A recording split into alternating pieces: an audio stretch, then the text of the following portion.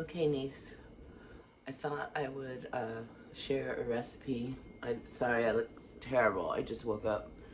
I'm going to do a crock pot meal. So you start it early in the morning and cook it on low all day. And then when you get home later in the evening, you have a great meal. So this is what Grandma Ama calls carne de filechada.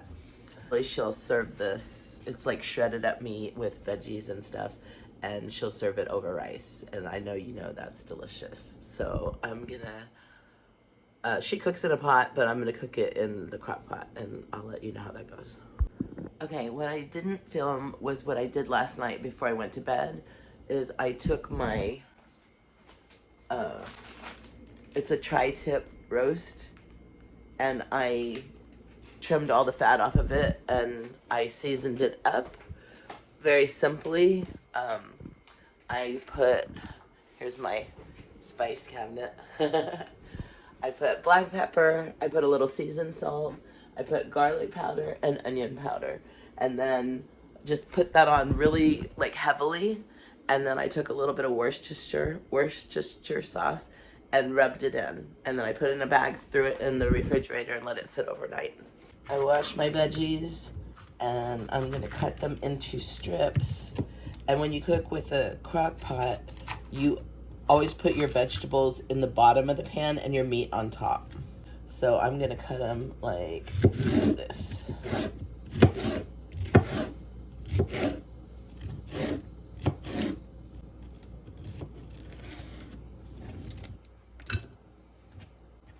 So right here I'm using, I was gonna use green bell peppers, but they were out at my store. So I chose red. And I would have used a whole onion, but I didn't realize I ran out of white onion, but I had half left over from my dinner that I cooked last night. So I'm just gonna use that. And I'm also gonna cut those into strips.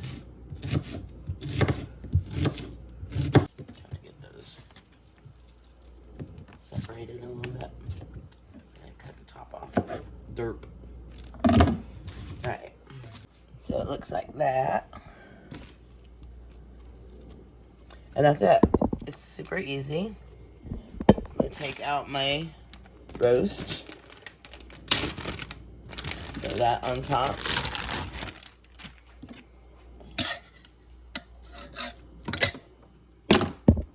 Just like that.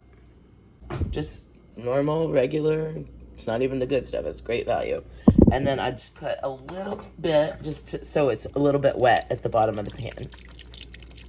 I would say maybe quarter of a cup. It's, as you cook, this meat will render a lot of liquid too.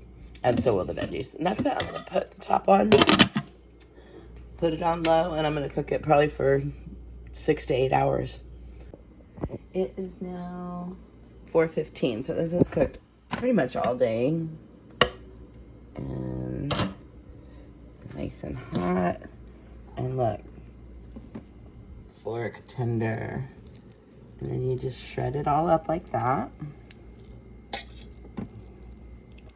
And then all these juices, I'm gonna thicken up and make a little gravy out of. Okay, I'm gonna take a couple of forks so I can get this roast out of here. That way I can separate my juices. And you gotta be really careful because it's very hot and it's falling apart, so. Oh. I don't have my glasses on and I did not see that the top was on this. Okay. Similar. In here, look at how fork tender that is. You can use this in taco meat. Ama serves it over rice. I'm not eating rice right now, so I'm gonna make some cauliflower rice, and that's what I'm gonna have on mine. I'm gonna take, there's all the peppers and stuff like that. And really all I'm gonna do is thicken this up. We like the peppers, but you can actually take them out if you don't want them. Because really, like, most of the flavor is out of these peppers and onions anyway. I just like them, so. It smells so good. We need smell-o-vision.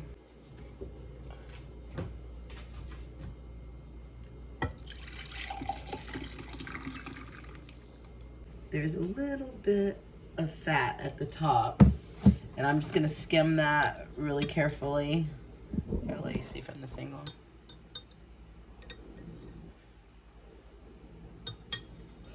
I used to have one of those separators.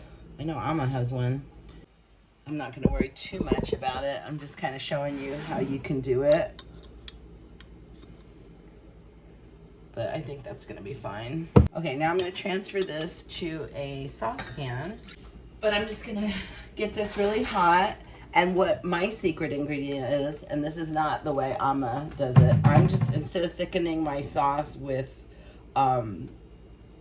cornstarch, I'm going to use a little bit of this brown gravy mix. You can buy this in like little envelopes too, but I use it a lot, so I always get the big one. All right, I'm just gonna put probably about a tablespoon in there, heaping tablespoon. And then I'm going to whisk it so that there's no lumps. And at this point too, you can taste it and see if you have enough seasoning. I'll probably add a little bit of salt and pepper. See how that is. And that will start to thicken as it gets hot. So I'll just let it thicken up a little bit, not too much, and then I'll just add it back to the meat. And then it's done. Okay, it's coming to a boil. You will want to stir this, you know, pretty frequently, if not consistently. And you can see, I think, that it's getting a little bit thicker. Okay. That should be plenty. It's thickening up, and as it cools, it'll thicken up too. But I'm just gonna bring it over here and pour it over my meat. There's plenty of juice to go over your rice. And it's a very yummy, homemade Panamanian meal.